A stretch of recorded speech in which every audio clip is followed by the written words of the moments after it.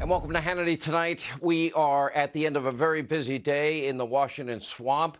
In the Senate, Democrats, they just confirmed a far-left Democratic activist to the Supreme Court. That is a lifetime position with the help of course, Mitt Romney, Lisa Murkowski, the usuals, of course. In the House, COVID-positive Nancy Pelosi, we do wish her the best, has been spreading the virus apparently to everyone in sight. Now, look at this picture. That's from yesterday in the White House. And yet we have Biden's dishonest press secretary, Jen Psaki, circling back and reportedly has a brand new, well-paid-for gig at MSNBC. She'll fit in perfectly. Most of their hosts lie. That's set to begin in a few weeks. But, of course, she's still working as press secretary. And, by the way, NBC News showing their high ethical standards once again. We'll get into that in a minute. But first, more breaking news tonight on Joe Biden's big lie. In 2020, Biden repeatedly swore, unequivocally swore to the American people that he never one time ever communicated with his son or brother about their foreign business affairs or dealings. Joe Biden was lying. Not only did Biden discuss these deals, he was an active participant. In fact, the New York Post just listed a dozen times that Joe Biden played a role in zero experience Hunter Biden's international money-making ventures.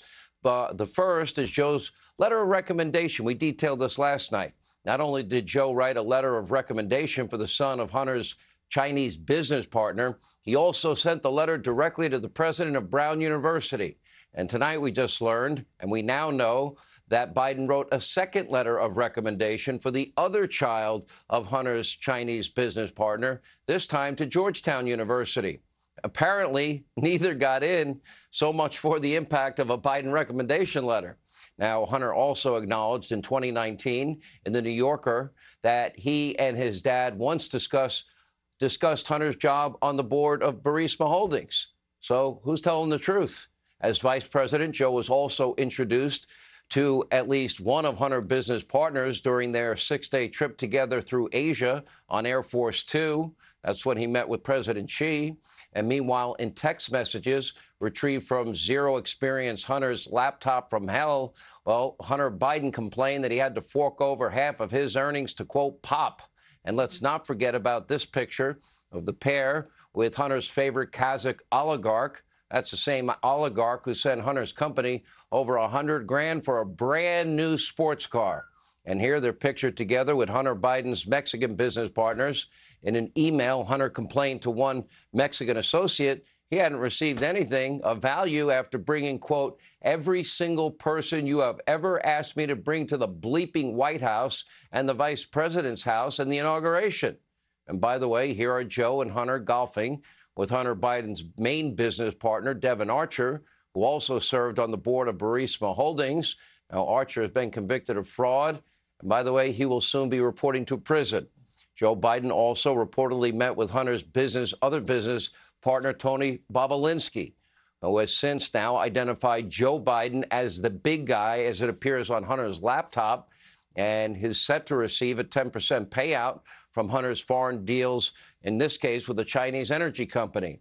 Now, emails from Hunter Biden's laptop in 2017 also reveal Hunter was getting keys made to an office for Jill Biden, James Biden, and a Chinese executive named Gong Wendong. Now, Hunter is under a federal criminal investigation for international money laundering and tax evasion. The Biden syndicate, well, they may soon be indicted. A grand jury reportedly wants a lot more information about who this big guy is and about the big guy's 10% payout and, of course, other monies received. Now, could you just imagine for a second if this were President Trump and one of his kids? The media hysteria would be unlike anything we have ever seen. But during the 2020 election, the media mob, they refused to report on any of this damning material. In fact, they called the laptop Russian disinformation. Remember, this laptop came out 2 weeks before the election. And remember, big tech, Twitter, Facebook, they absolutely banned anybody from even sharing the information to decide for themselves. You may remember.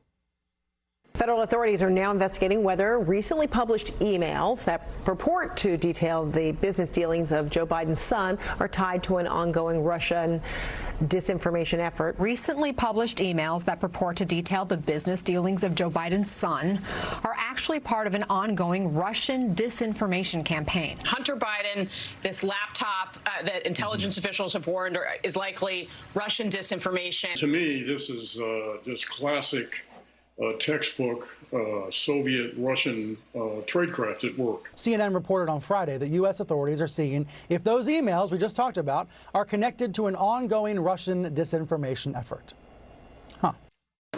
All right, now that the election is safely in the rearview mirror, the laptop, all of a sudden is now being validated by multiple outlets. Why did that happen at this time? Could it be that they knew the grand jury was asking really important, serious, significant questions and that they would be exposed as the frauds they are? I don't know. Call me cynical. Don't expect them to correct the record in any way. Don't expect an apology. That likely won't happen. Has anyone ever corrected the record on all their Russia collusion lies? Have they corrected the record about all the slander against Donald Trump and his family?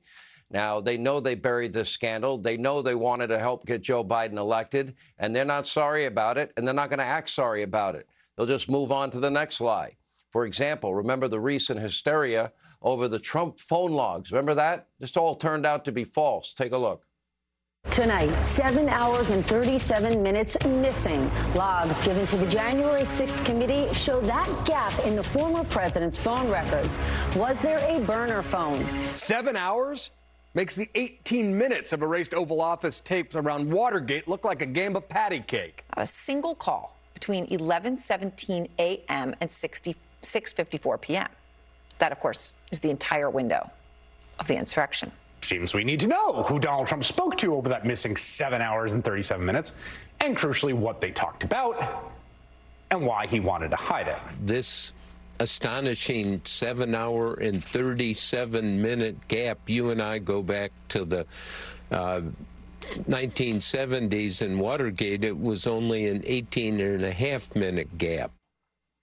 Oh, they're so excited. They're giddy with excitement. We got him. It's just like Watergate. That's it. We finally got him. The story was totally bogus. None of that rampant speculation on these fake news networks turned out to be true. But yet again, none of these media hacks ever apologize or correct the record. They just move on to the next group of lies. This is why I've been saying since 2007, right here on this program, journalism in America is dead, done, gone, and buried. Make no mistake. We have a major, massive information crisis in this country. Look, I'm not saying that they can't have opinions. What I'm saying is they need to be honest like we are on this program. Am I a member of the press? Yeah, obviously, I'm a member of the press. I am a talk show host. I tell you what I do for a living. I can produce thousands of hours of radio and TV of me providing straight news, no opinion. We've done investigative reporting. Barack Obama's radical associations, the Trump-Russia collusion lie narrative. We spent 3 years on that with investigative reporting. I'm up front. I'm a conservative. I offer my opinions. I tell you candidates I like and candidates I don't like. We do cultural issues. We do sports. This show is like an entire newspaper. We do it all. The difference is they claim that they're objective and fair and balanced and that they're journalists. They're not. Sad to tell them, but they're just talk show hosts with opinions like me, except they lie and claim to be something they're not. Listen to one Atlantic reporter at a very ironic disinformation conference on Wednesday. Listen to this. Do you think the media acted inappropriately when they instantly dismissed Hunter Biden's laptop as Russian disinformation? And what can we learn from that in ensuring that what we label as disinformation is truly disinformation and not reality? My problem with Hunter Biden's laptop is I think it's totally irrelevant. I mean, it's not whether it's disinformation or, I mean, I don't think the Hunter Biden's business relationships have anything to do with who should be president of the United States. So I don't find it to be interesting. I mean, that would be my problem with that as a major news story. Now, this might be my favorite, not to be outdone. Make-believe journalist, full-time Fox and Hannity stalker, Humpty Dumpty referred to valid criticism of fake news CNN as a vast right-wing conspiracy Notice that he never will answer the question that this student is rightly asking about how abusively corrupt and abusively biased fake news CNN is. Take a look. They pushed the Russian collusion hoax. They pushed the Jussie Smollett hoax.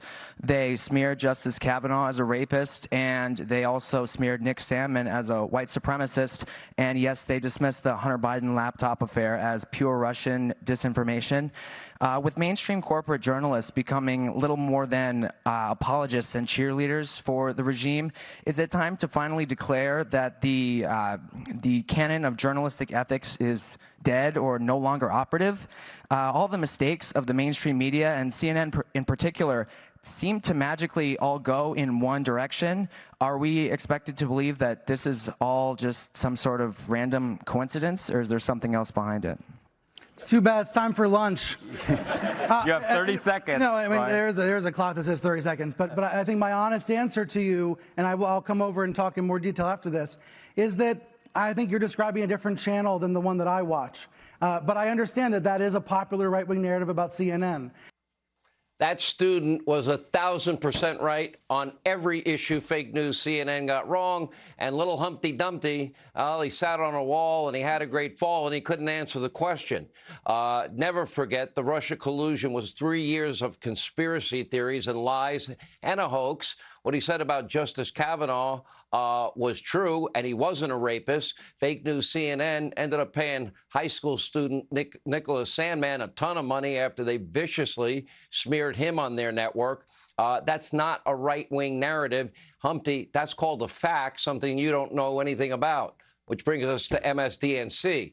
Now, according to reports, current White House Press Secretary Jen Psaki, circle back, will soon be on the Peacock network. Apparently, some NBC staffers and news people say they're worried that this partisan hire could taint the network's sterling reputation. You think you have a sterling reputation? You're living in Mars. This is the same network that employs Democratic activist Chuck Todd, the same network that features Russia collusion truthers like Rachel Maddow and Lawrence O'Donnell and everybody else on MSDNC. They lie to their viewers day and night, 24/7. So I think actually Jen Psaki will probably fit in perfectly there. After all, she is a notorious liar, and we have the tape to prove it. Take a look. You may have noticed this week that your gas prices have gone up. I want to talk to you a little bit about why. A lot of it has to do with Vladimir Putin. It's broadly known and widely known, Peter, that there was a broad range of Russian disinformation back in 2020. Why is the administration flying thousands of migrants from the border to Florida and New York in the middle of the night? Well, I'm not sure that it's in the middle of the night. As individuals come across the border and they are both assessed for whether they have any symptoms. If they have symptoms, the intention is for them to be quarantined. That is our process. They're not intending to stay here for a lengthy period of time. It won't be there for a period of time because they're going to put them on an airplane and fly them to the state of their choice. Now, whether Psaki's behind the podium in the briefing room or in front of a camera on MSDNC, she'll be doing the same thing. Lying for a living. Hey, Sean Hannity here. Hey, click here to subscribe to Fox News YouTube page and catch our hottest interviews and most compelling analysis. You will not get it anywhere else.